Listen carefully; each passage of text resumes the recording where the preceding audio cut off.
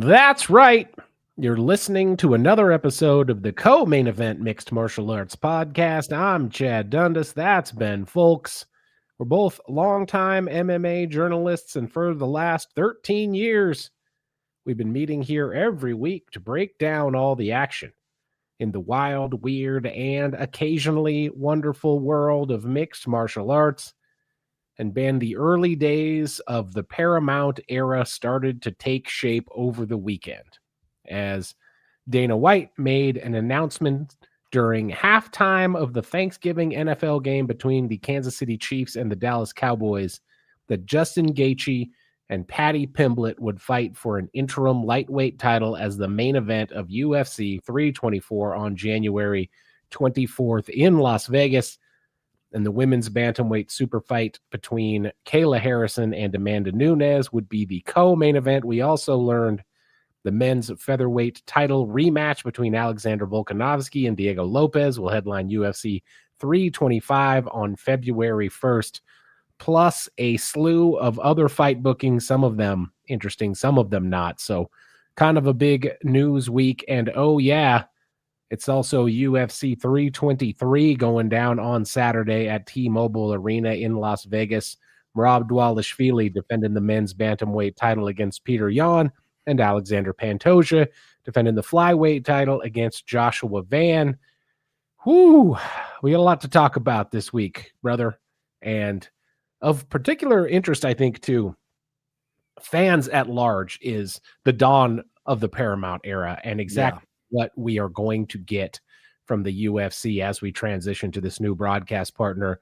If there are going to be any changes, what we can expect, the look and feel, et cetera, et cetera. So before we get into breaking down the pros and cons of these actual fights that I just mentioned, they did have Dana White go on CBS during halftime of what I have to imagine is a very highly rated football game between the Chiefs and Cowboys to make this announcement, and then later went on his Instagram live to do a little bit more announcing and whatnot. That's got to be a pretty good sign, right? Just in terms of the promotional, at least the initial promotional power put forth by Paramount to try to get the word out about this stuff.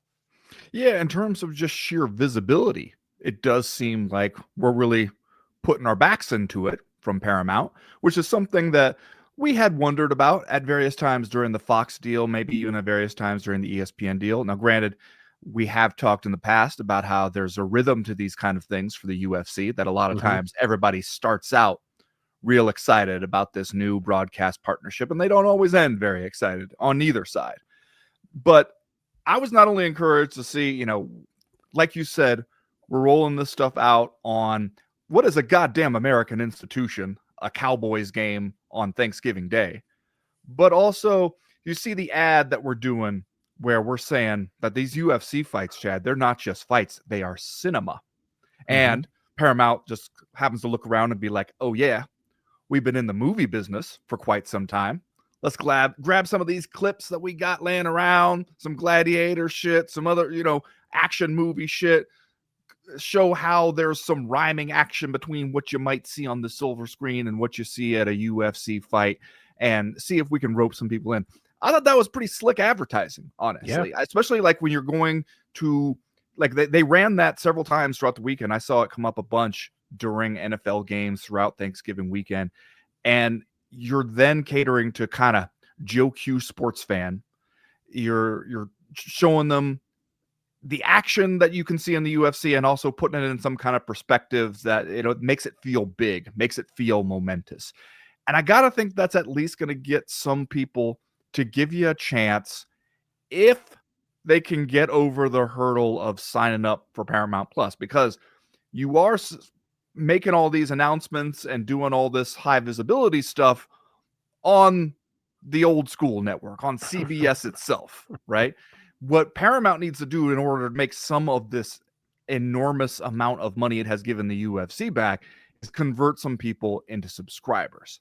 That's going to be the name of the game. And the thing we've been looking for is, what are you going to do right off the bat when you start out the new year, the new broadcast deal, to try to rope in subscribers? And I gotta think that's at least some of what we were thinking when we were deciding on which fights to make and which fights not to make. Yeah.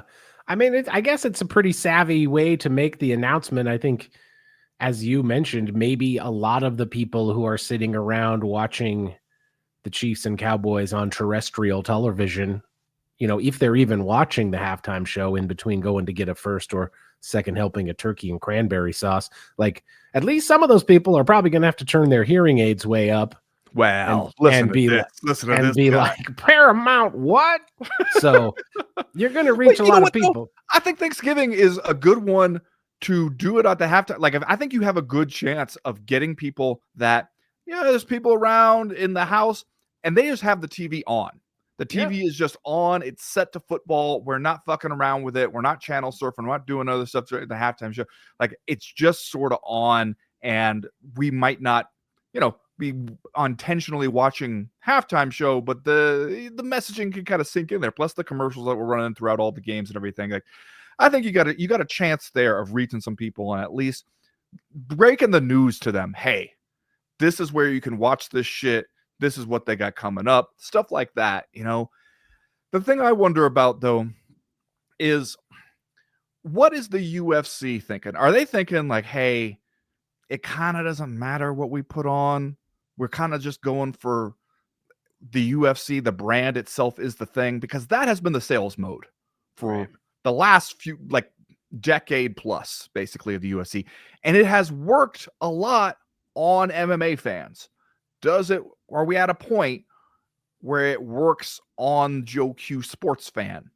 Because this is the thing where people looking at these fight announcements and they're kind of sitting around going like, all right, is this why we're doing Patty Pimblett? Is this why we're doing Diego Lopez?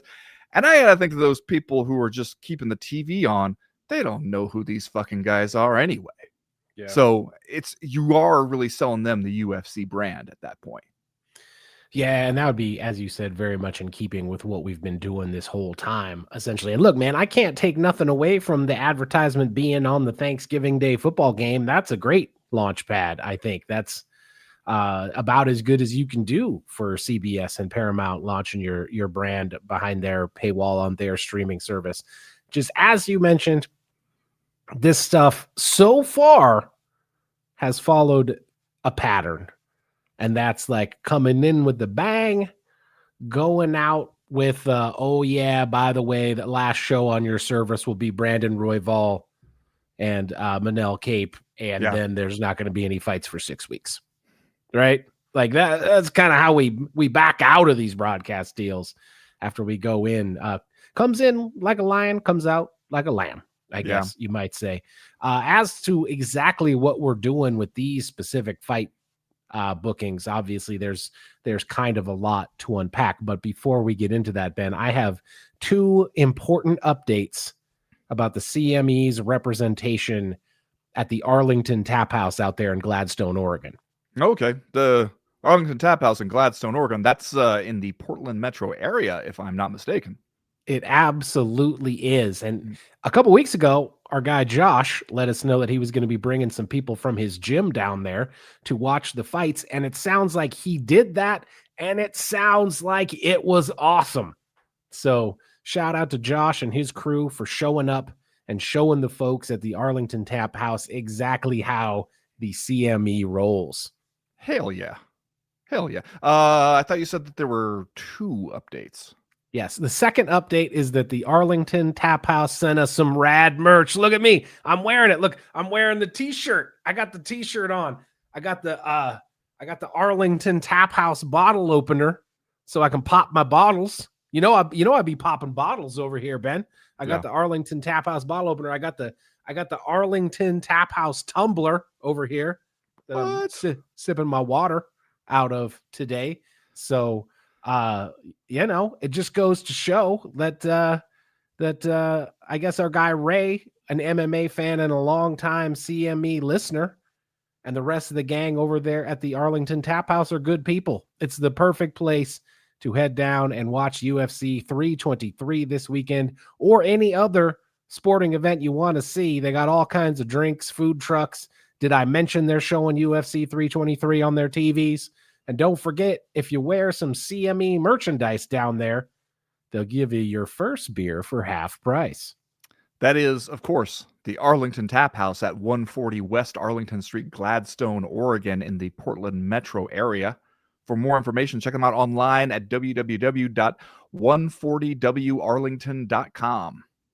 And don't forget, the Gladstone, Oregon is in the Yeah. Portland metro area. You want to throw a glass of the brown in that tumbler. I'm but not. Also, that's gross. Glass of the brown, not doing that. It's when am I gross. going to get some of the merch, though? Don't worry about it. We'll talk about it later. Ben, these announcements received mixed reviews, I would say. That's one way to put it. The MMA world, especially we're going with the first main event of the initial PLE on Paramount Plus is going to be Justin Gaethje and Paddy Pimblett for an interim lightweight title. And I guess to open that discussion, I guess I would just say you get why it can't be you, right, Troll Boy?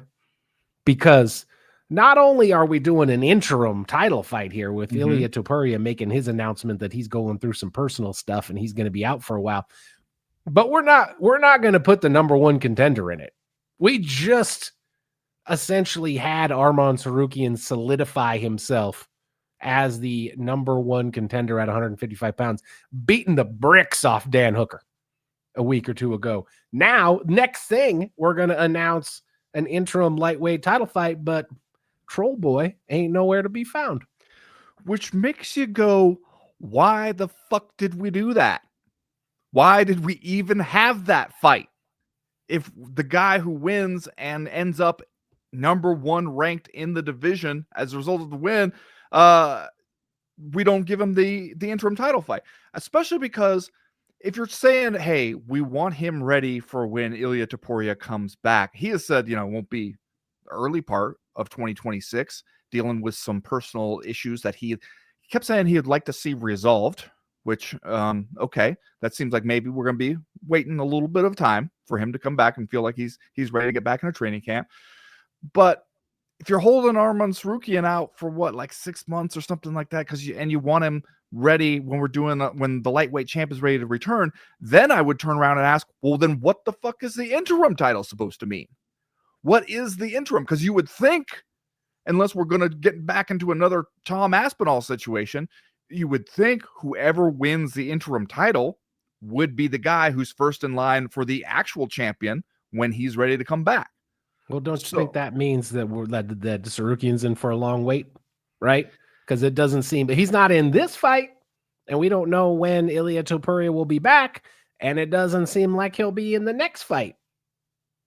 So then what are we even doing? Like why are we even bothering to have these rankings anymore? And here's one where Dana White can't blame the rankings committee, the shadowy rankings committee for this one, because how would anybody turn in some rankings at this point that does not have Arman Tsarukyan as the number one contender? You just couldn't justify it. You couldn't possibly justify it. So there he is. We don't even skip over to go number 2, number 3. We skip all the way down to go number 4 versus number 5, which at that point, come on, we're just fucking around, man. You're just telling us that these things don't mean anything. You just sold us on this fight, and you're going to try to sell us on future fights as number one contender fights. But now we know you're just doing whatever, man. You pulling names out of a hat, basically. I mean, you're lucky that at lightweight you got so many good fighters that there are a lot of names to pull out of the hat that would make for pairings that we'll watch. Justin Gaethje versus Paddy Pimblett, that's probably going to be an exciting fight one way or another. That's probably going to be fun to watch, but no one's looking at it and being like, these are two of the best lightweights in the world right now, because we've already had the fights to determine that. I guess it seems like it could be defensible if you were planning on doing Ilia, right? If you were planning on doing Ilia Topuria and Paddy Pimblett, which was the fight that we thought they might make, and then suddenly maybe either Ilia blindsides you with this announcement, or you kind of knew that this announcement was coming and that he was going to be out for a while, and you had to scramble, and the next best thing is Justin Gaethje versus Paddy Pimblett. I could kind of see that. But at the same time, unless Arman Sarukian's flat not going to be ready. And brother, if I was Arman Sarukian and they offered me any kind of title fight, anytime, any place, anywhere, I would take it, because I would assume that I was not going to get another one offered to me for a long, long time. Unless Arman simply couldn't take the fight, I don't know how you leave him out of this thing, man. But as much lip service as we are giving the UFC booking Paramount as an, like, basically putting over the brand and not putting over the fighters, are they at least trying to make the most marketable 155-pound quote unquote championship fight that they can while Ilia Topuria is not around? When we get into this question about the most marketable, again, if you're just trying to play to the masses, I don't think that there's the people who aren't hardcores don't really know these guys anyway. Yeah. They're watching UFC lightweight title fight. That's what they think they're watching. And this kind of stuff, especially with this and what you also did with the featherweight title fight, which we'll talk about here in a minute, it sends a message to your hardcore fans that do know what the fuck is going on.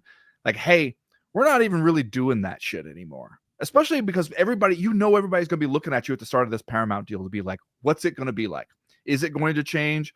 How is it going to change? What's it going to look like when you move over to not only a new broadcast home, which we've been through before with the UFC, but a new broadcast environment where we're not doing pay-per-views anymore, at least so we're told.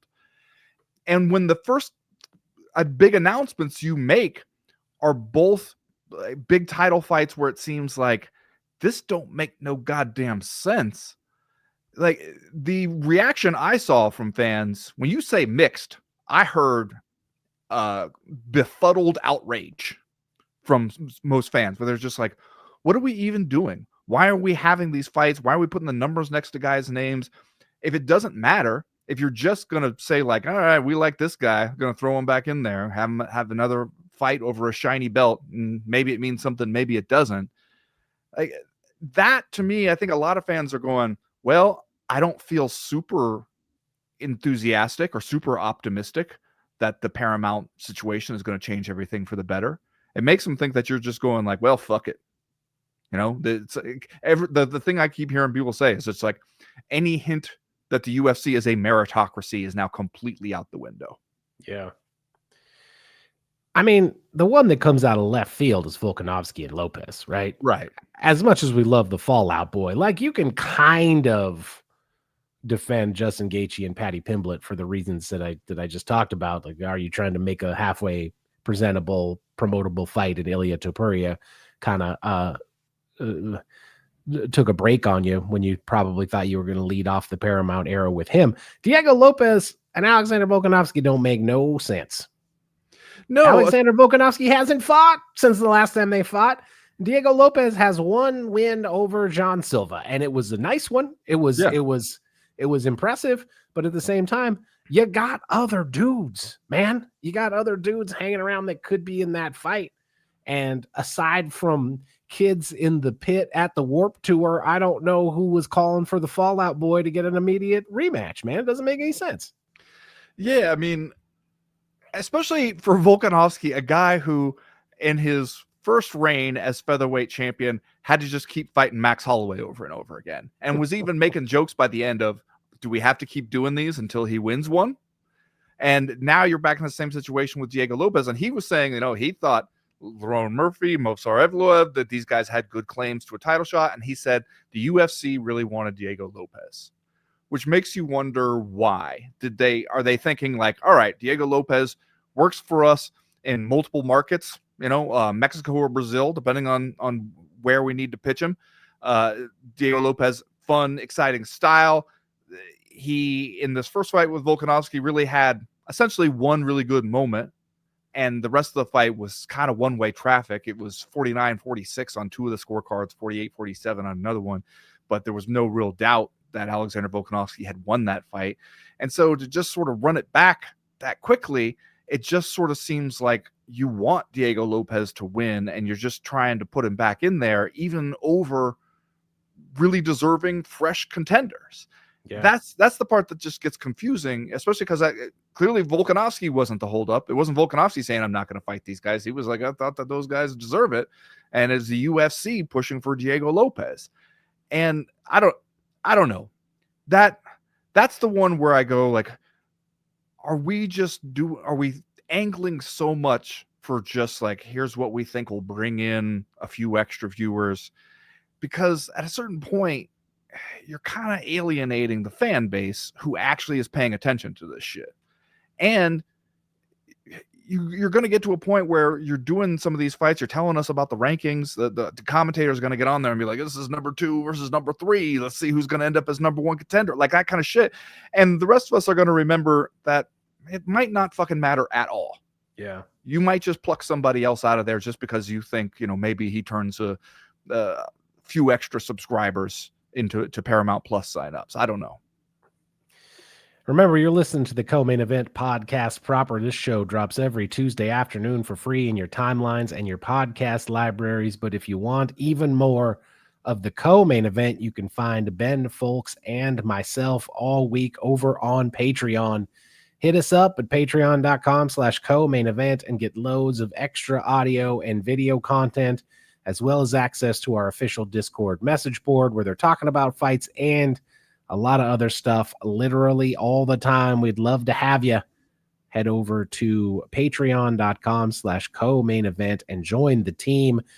Another way you can support the show is by going to co-mainevent.com and checking out our merchandise shop over there. We got t-shirts, we got hats, we got hoodies, we got lots more. Ben, we tried to impress upon the people last week how vitally important it is if you would like to buy a friend, a family member, a loved one, a colleague, some Co-Main Event podcast merchandise for Christmas around the Christmas time holiday. You got to jump on that early. And you know what? A bunch of people took our advice and they got in, and we started moving some merch out this week, especially the best-selling Daddest Man on the Planet coffee mug. We had several people snap those up. So the rush has started, man. Don't wait until right before Christmas. You don't want to be that asshole who has to like print out a picture of the coffee mug and give it to them and be like, it's coming in the mail at some point. You got to get on it early. You really do, and especially when we're delivering these messages to help you plan ahead, you really got no excuse. None whatsoever. As always, we partner with our guy, Johnny Ashcroft, on the shop. He's a graphic designer from Portland, Oregon. We can't recommend him highly enough for all your design needs. You should hit him up at studiosuperconductor.com or on Instagram at studiosuperconductor. And again, comainevent.com. Click the link that says shop. Get on it, man. I don't want to see you left out in the cold. As for right now, like we always do about this time, let's do a little bit of listener mail. Listener mail.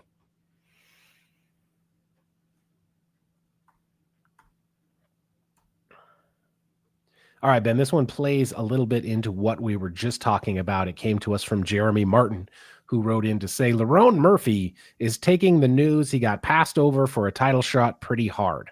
He says he fell out of love with the sport when he heard it, that it was going to be Diego Lopez against Volkanovski.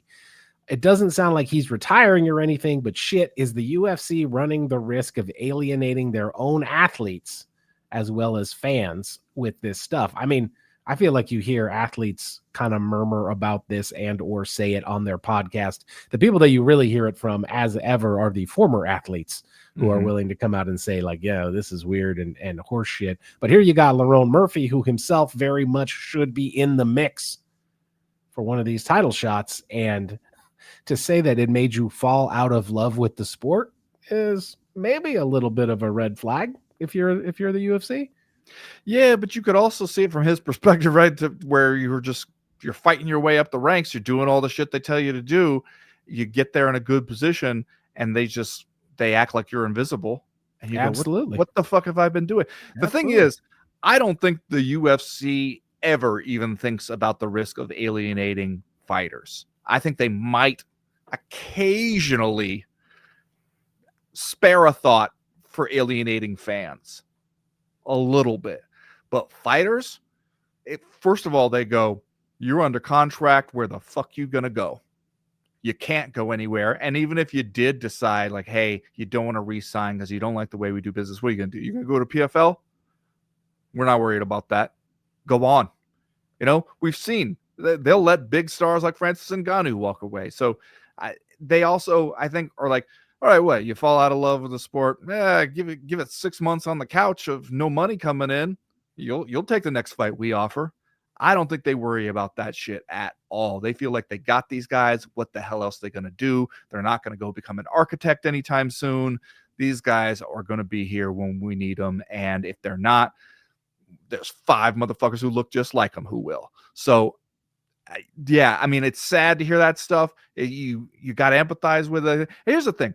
I hear people all the time talking about, like, oh, man, you guys in the MMA media are always so negative on the UFC.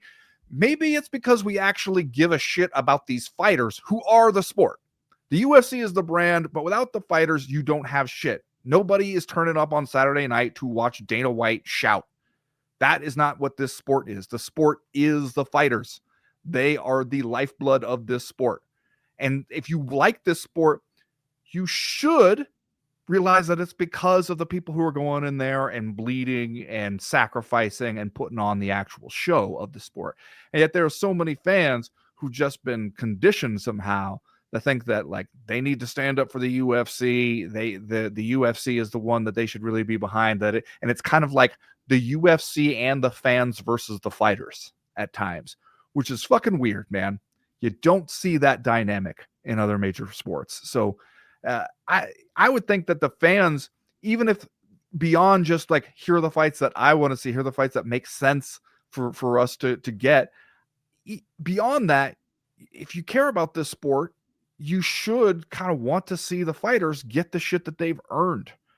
How many times we heard back in the Fertitta days, still Dana White likes to trot it out and be like, you eat what you kill in the UFC. No, you don't. Not always. Sometimes you do all the shit they tell you to do and they still go, maybe next time, kid. And they just skip right over you. And it's not like there are a bunch of managers in the sport that are actually doing the manager job anyway and will stand up for you and will be like, no, this is bullshit. You can't do this to my guy. They're all just trying to stay in the good graces of the UFC, except for Tom Aspinall's dad, who has one client. Everybody else is just trying to play as nice as they can with the UFC, wouldn't risk that relationship by actually standing up and advocating for their client. And so who the fuck is going to do it except for like fighters, media, and hopefully fans? The other thing that UFC people have been saying for years, and we just heard Dana White dust off this old chestnut and say it a couple of weeks ago on a podcast, is that this isn't a career. It's an opportunity. And then you look at a guy like Lerone Murphy and you think, opportunity at what, man? Yeah. He's 34 years old. He's never lost a fight in his 10-year MMA career.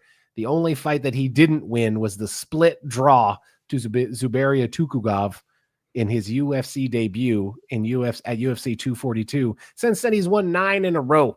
And the last thing he did was come out and knock out Aaron Pico with a spinning back elbow in the first round. Man, opportunity at what? If you're 17-0-1. If you're Lerone Murphy, you're 34 years old. You're not that opportunity's not gonna be going on for that much longer, man. Like, whoa, what kind of opportunity is that? That's the absence of an opportunity. Right. That's exactly what it is. Because you look at it and you go, what else could he have done with the opportunities you've given him so far? Nothing more, really. There's really nothing more he could have possibly done.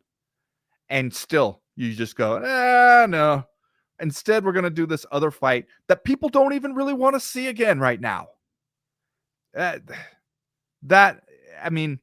really don't think the UFC ever worries like, hey, we shouldn't do it because we're going to break Lerone Murphy's heart. But they ought to worry that we shouldn't do it because it just makes no goddamn sense. And at some point, the fans ought to turn on us a little bit and be like, hey, what the fuck are you doing with these guys?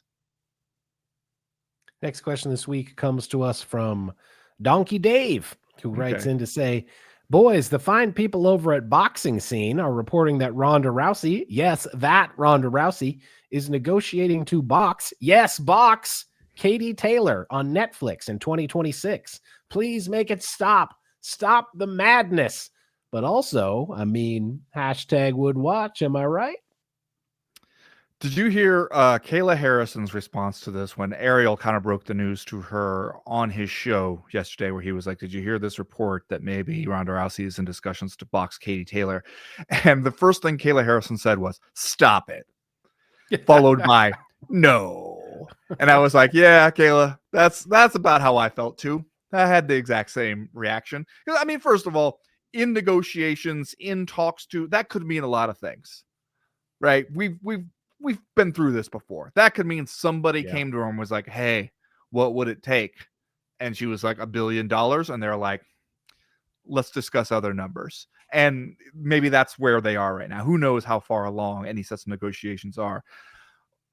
It's a terrible idea, obviously, for Ronda Rousey. Mm-hmm. This is someone who has talked at length about her brain trauma issues that she suffered while in the UFC and while in WWE, and then wants to turn around and box, a thing that was never her strong suit to begin with, even in her athletic prime in the UFC, against an actual good boxer.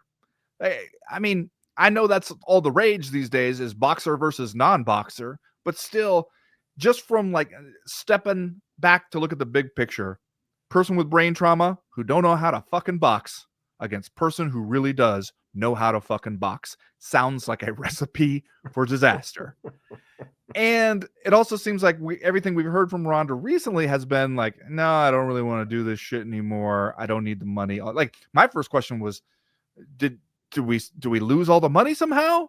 Do we make a bad crypto bet? Did Travis put it all in WorldCom or something? Like, what happened to the money if we're even talking about doing something like this? I mean, it would be profitable. So I guess if you're going to glom onto a bad idea, it might as well be a bad idea that makes a lot of money for her, but it's still a bad fucking idea. Yeah. If it happens, it really tells us what Netflix is interested in. Yeah. Right? As if we didn't already know, but this would be the flashing sign on the side of the highway that should tell us what Netflix is into. To me, it just sounds like a golden opportunity for the Dragon King. Oh God. Edmund's Targaryens. I knew you were going to go here. To come back, sharpen the tools, man. Sharpen the tools in the toolbox. And you're looking great, champ. Get into some of this. She don't know what's coming for her, champ. Just yell head movement over and over again. Yeah. While the only movement your head is doing is being jerked straight back by one punch after another from Katie Taylor. Oh God. But hashtag would watch. I mean, if it's on, if it's on Netflix, like, I'll watch it just because I'll be like, Ronda Rousey about to get tuned up here. Let's see how bad it is. Like, yeah, sure. I'll watch that shit if you put it on the service that I already have. But man, it would feel like a slow motion train wreck, and at some point people got to get tired of that kind of entertainment, you'd think. Next question this week comes to us from Bukayo Saka. Probably nailed it. Know who Saka is? No idea. That's a fellow plays for Arsenal. Oh, okay. All right. He's big time. I'm going to wager a guess he must be pretty good. Pretty good. He's pretty good. Okay. He writes, add Bilal Muhammad to the crowd of guys complaining about eye pokes. Bilal blames Ian, whispers, Machado. Gary's poke in the eye for his loss. I don't know if I would go that far, but honestly, I understand the frustration. This loss seems like it will be pretty disastrous for Bilal's career. If you do think the eye poke affected the outcome of the fight, damn, that sucks.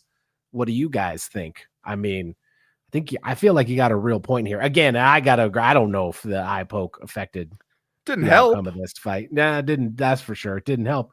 But if you think about it that way, and you think after this one, Bilal Muhammad might well just get buried in the contender pile, then yeah, that's a pretty significant eye poke and just adds to the preponderance of evidence that perhaps we should change the way we officiate eye pokes and other fouls in this sport.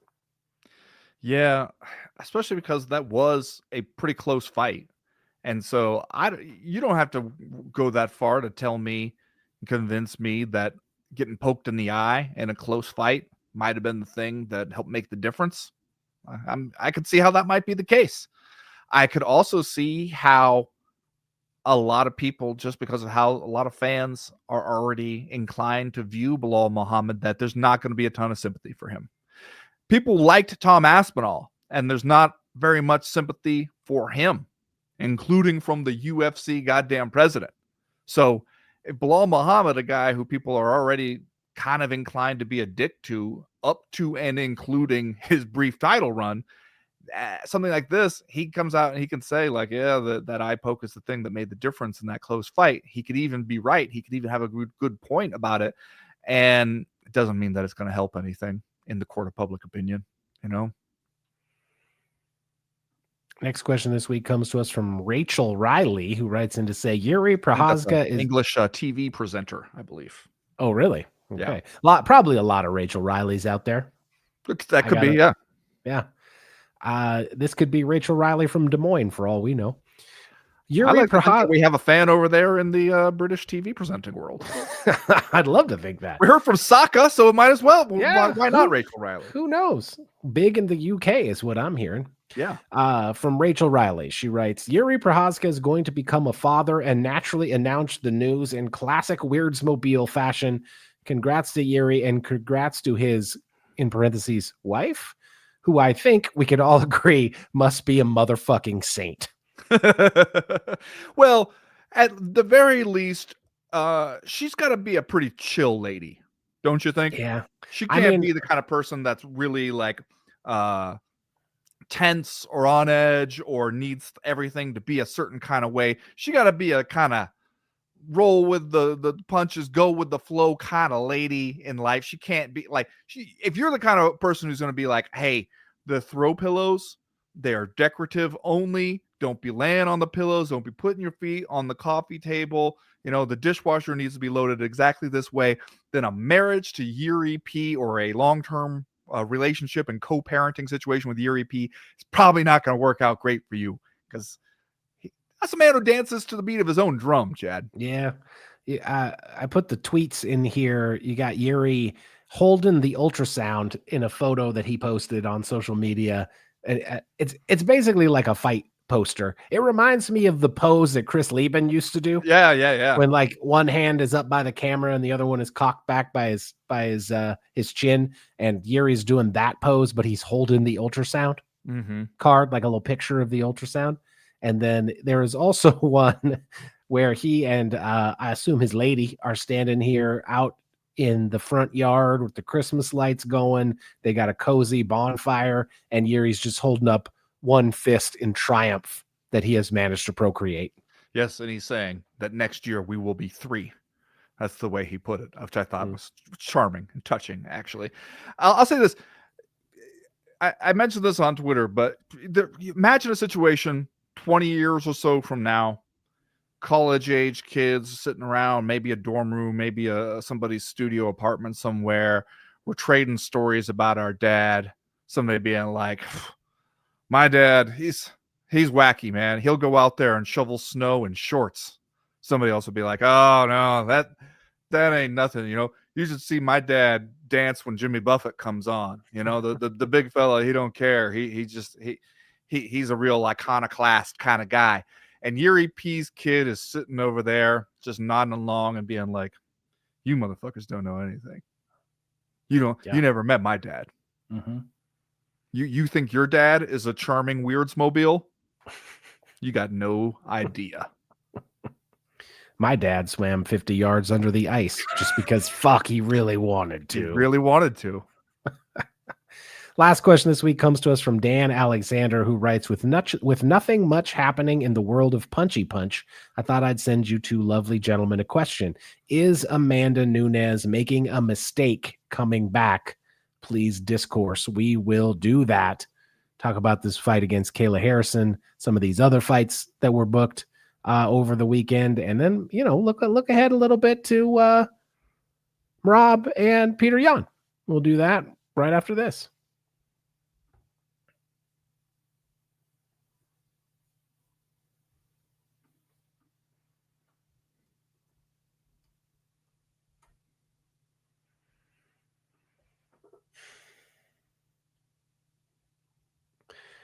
Are you bothered by Kayla Harrison and Amanda Nunes being the co-main event to the 155-pound interim title fight? A little bit, but I try not to be one of these people who gets too wrapped up in fight order, especially when we're going to do 5 rounds either way because they're title fights. It does seem, I mean, I guess if the UFC is like, hey, our policy is that the highest weight title fight on the card goes last. Right. Sure, fine, whatever. I do think in general, and the bout order thing maybe plays into it a little bit, it's a damn shame that this fight, which is legitimate kind of women's MMA GOAT type shit, has been so overshadowed by the what the fuck are you doing matches that the UFC also announced. Because this is the one you should be shining the spotlight on. This is a legitimately huge deal. You got Kayla Harrison looking like she could be considered one of not only the women's MMA GOAT, but like she could be to women's combat sports what Henry Cejudo liked to claim he was to men's combat sports, right? Where you could just be like gold medalist, champion in different organizations, and beating all the best, and including the person we thought of as the GOAT coming out of retirement to take her on. This is a huge fucking fight, man. Yeah. This is like if you got John Jones to come back and do Tom Aspinall, like that's the kind of level that we're at right here, where you got somebody looking like they're the person of the moment. Then we got the person who seems like they were the all-time greatest we've ever seen do it in 2 different weight classes, and you're going to have them fight. That's huge. That is legit. It's as legit as it gets. And it's a thing you haven't had in a while, which is some like exciting title fight action in the women's bantamweight division, which used to be like the kind of glory division in women's MMA and fell off there after Amanda Nunes retired. Now you're getting this fight. It's huge. And by putting it a little bit below and by having these other fights that got so much ire of the fans, you kind of buried the opportunity for us to really pat you on the back for making this fight. Yeah, you could headline any card with this one, man. You should. Like, never mind Patty Pimblett and Justin Gaethje or whatever. You could throw this on 322, 324, 325, whatever you wanted to do. You could have headlined a card with this. And I agree that the worst part is that it being swept up in the disappointment of this initial crowd of Paramount Plus fight booking announcements being somewhat underwhelming. Like, this should be the one that we're holding up and saying, well, this is the crown jewel of this selection of fights. As to whether or not Amanda Nunes is making a mistake coming back to Dan Alexander's specific question, I'm going to say probably. She's 37, I think. Yeah, she's 37. She has been out of the cage since 2023. I don't know if you know this or not. Kayla Harrison's pretty good. Yeah. She's pretty good at this, at what she does. And so I don't know if we had any early odds come out about this or anything like that, but I think Kayla Harrison probably deserves to be the favorite. I know that Amanda Nunes is training with Larissa Pacheco, the only person to beat Kayla Harrison in MMA so far. But at the same time, it seemed like things were going so great for her, man. It seemed like things were going so great for Amanda Nunes. Every time we saw her, she had, the perfect retirement. It seemed like she was happy with her family, having the family life. Every time they showed up at the UFC, they looked happy, their little baby and whatnot. So maybe she's not. Maybe it'll be the best decision she ever made. I don't know, man. Seems like there is a high potential for this to be a mistake. I hope she's getting a lot of money. I fear she is not getting anywhere near what she deserves to come out and do a fight like this, because UFC needs her. Like, there's not a whole lot for Kayla Harrison to do at women's bantamweight now that would be of a whole lot of interest to people. There's no other fight that you could reasonably make right now that would be as big as this one. So I hope that Amanda Nunes is getting a really good paycheck to come out of retirement, because it does seem like, just in terms of your likelihood to win and the chance that something physically bad might happen to you, those seem a little bit high. Yeah. For, when you're making the calculation. The odds I'm looking at right now have Amanda Nunes at plus 140, Kayla Harrison at minus 180, which is honestly a little closer than I expected it to be, just because of Nunes' age and the inactivity, and that, she talked about having some physical problems when she decided to retire when she did. Now, if we're asking, is she making a mistake for legacy? I don't know if it hurts her too much to come back and lose to Kayla Harrison. If she, makes a decent showing, I don't know if, I think that people will understand what that is. That, hey, you were asking a lot of yourself to be able to come back after that time off at your age and compete against somebody who is right there at the top of her game right now. If you come back and you manage to win, well, shit. Shut the GOAT talk down for the foreseeable future, because there ain't even a conversation to be had about it. Yeah. No, I agree. There's a pretty high upside, I guess, here for Amanda Nunes, and maybe that outweighs the downside, especially since it doesn't seem like Kayla Harrison will do something terrible to you on the feet. It doesn't seem like you will probably get Ronda Rousey'd, right? Like, Kayla Harrison's not Holly Holm. She's not going to kick you in your head, probably. Yeah. If you are going to lose, it's probably going to be 25 minutes or less of being taken down and controlled on the mat. Maybe she beats you up from top position, but it doesn't seem like she's probably going to hit you with the Francis Ngannou on Alistair Overeem uppercut or anything like that. So, yeah, maybe it's maybe if you don't get highlight reeled, posterized, then you don't risk a ton, but you have the potential to gain quite a lot legacy-wise. Yeah, I guess I just I want to say I hope she's doing it for the right reasons. And the right reasons could include, hey, I'm making a lot of money. That's a good reason. It's prize fighting after all. That would be a good reason. The question I kind of ask is, are we telling ourselves we're coming back to do this one? Or are we telling ourselves we're coming back to make another run? To win the title and hold it down as champ, headed into the nearing 40 years old territory. Because that's, I can understand one of the reasons why it's hard for people to retire on top the way she did and stay that way is because they wonder so often, did I leave some good years on the table? Did I leave a lot of money on the table? Could I have still done it for a long time? And in Amanda Nunes' case, probably.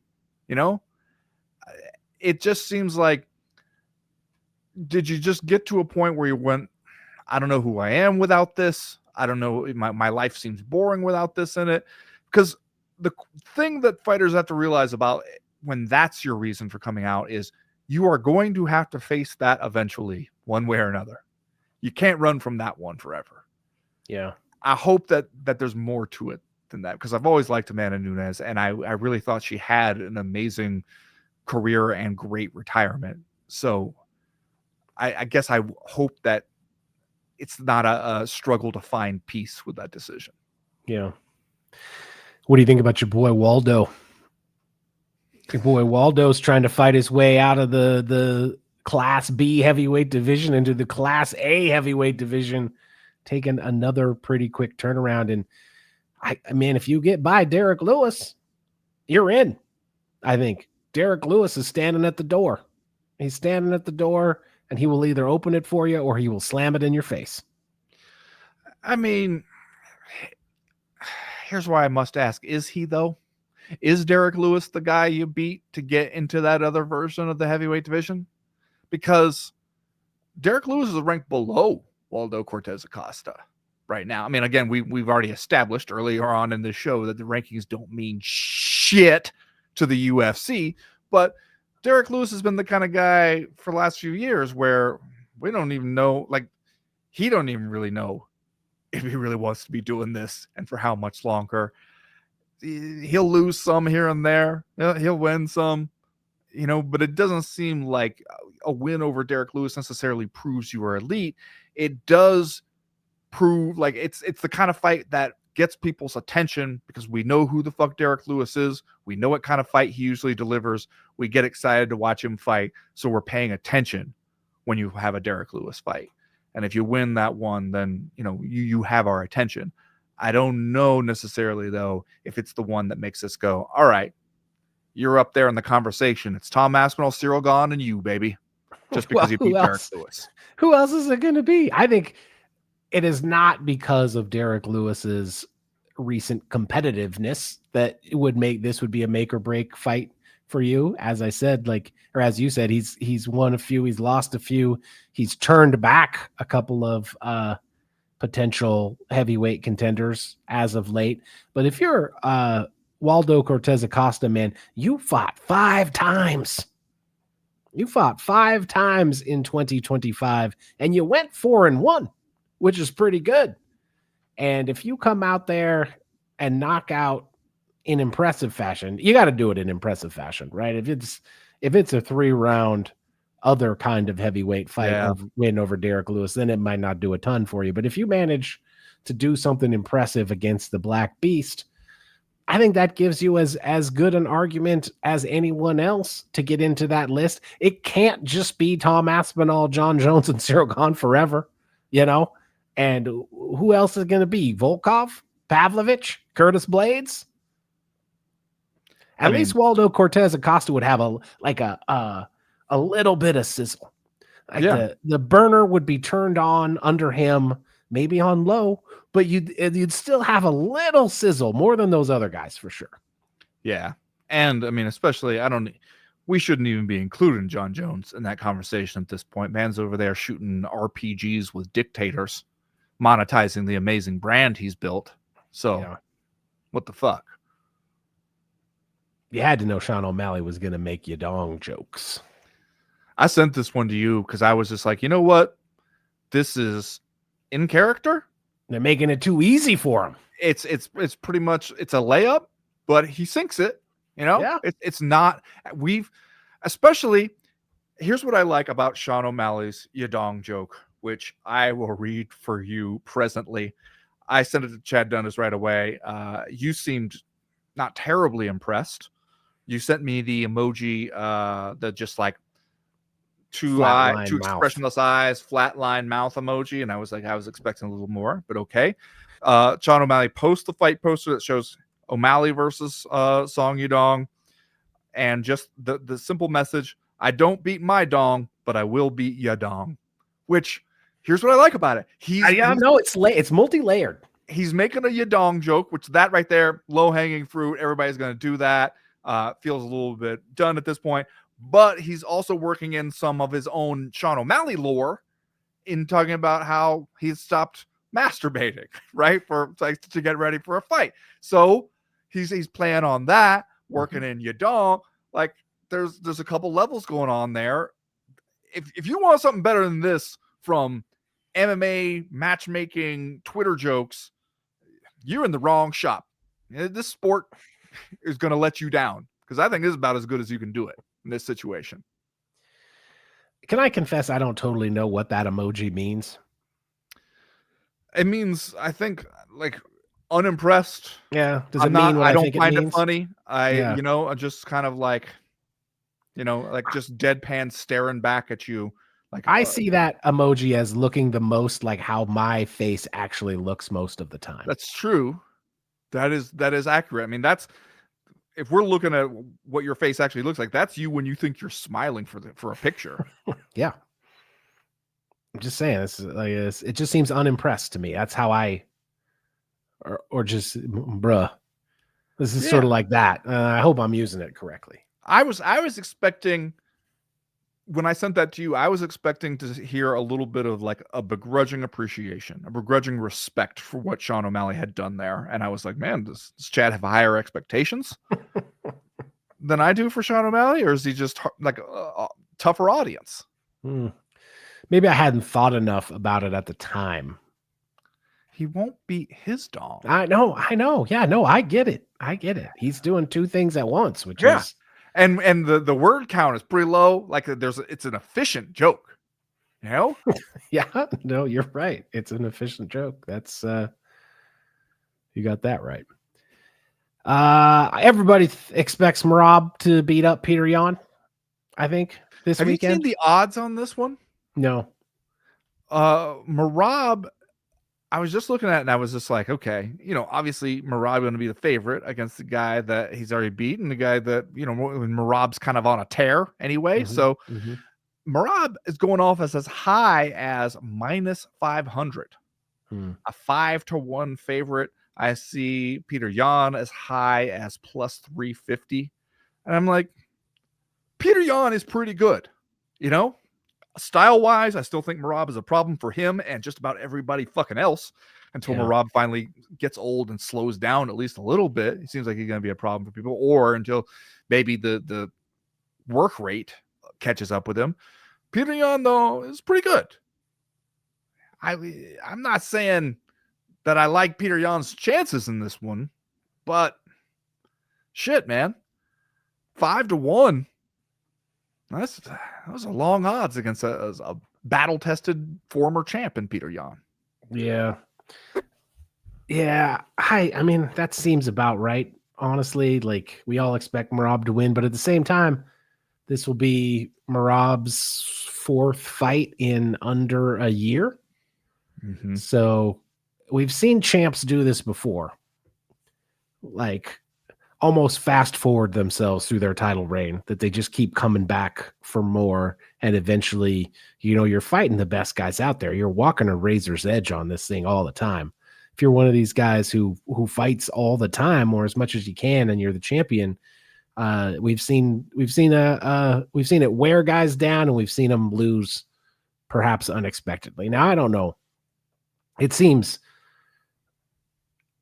improbable that would happen to Merab, because my guess is Merab is doing that every fucking day, right? Like for Merab, perhaps he's just moving his training session to the octagon that night, what he's been doing 3-4 times that week. So I don't know. Moving his second session of the day to the octagon. 2 a days. But yeah, that's like, I hope it's not a trap fight for the guy, but it's tough. It's tough to see Petr Yan emerging victorious from that, right?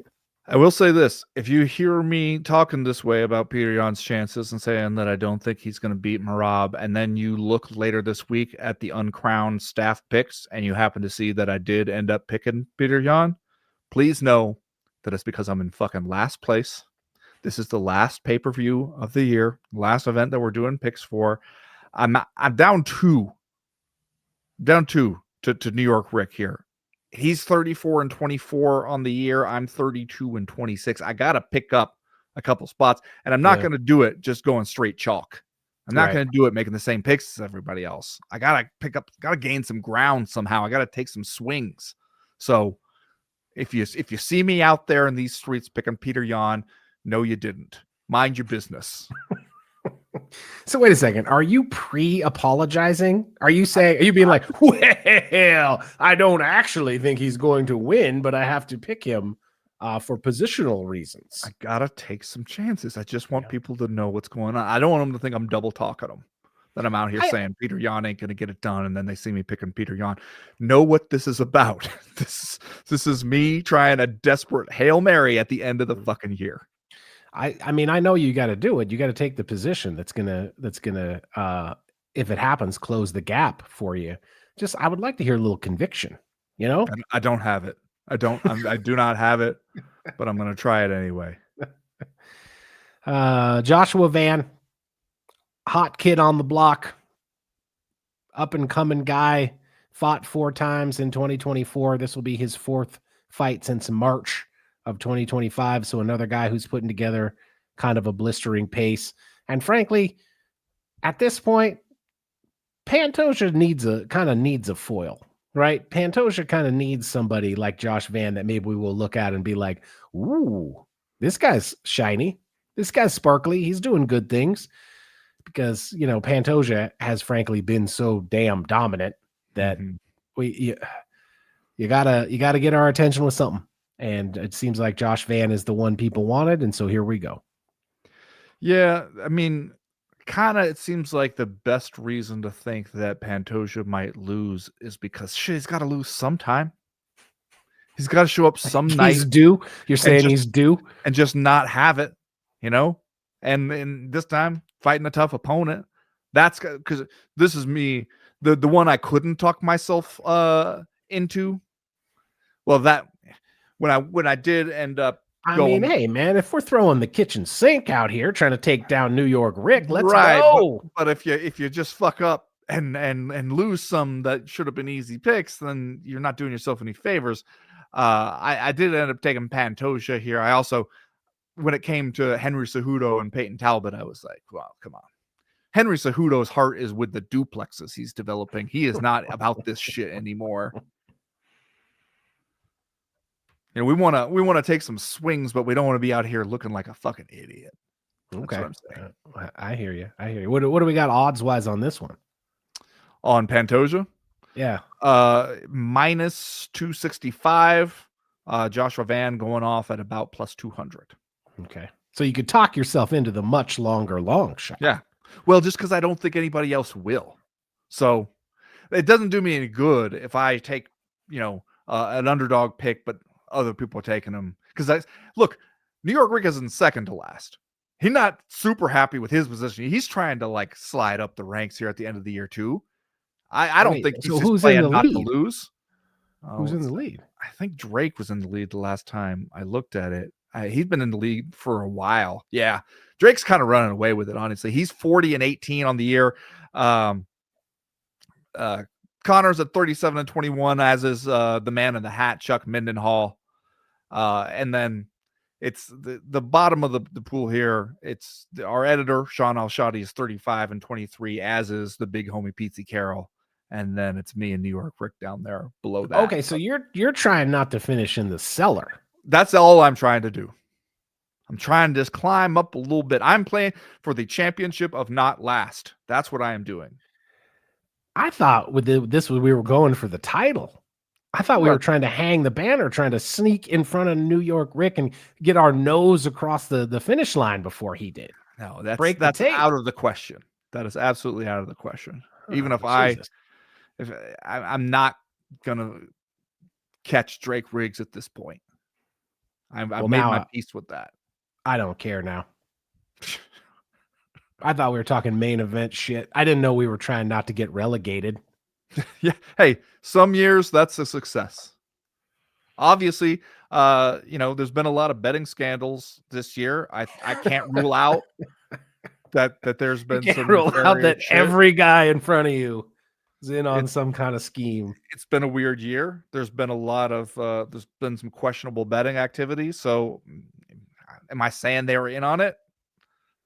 Maybe. All I'm saying is 2026 is going to be my year. 2026.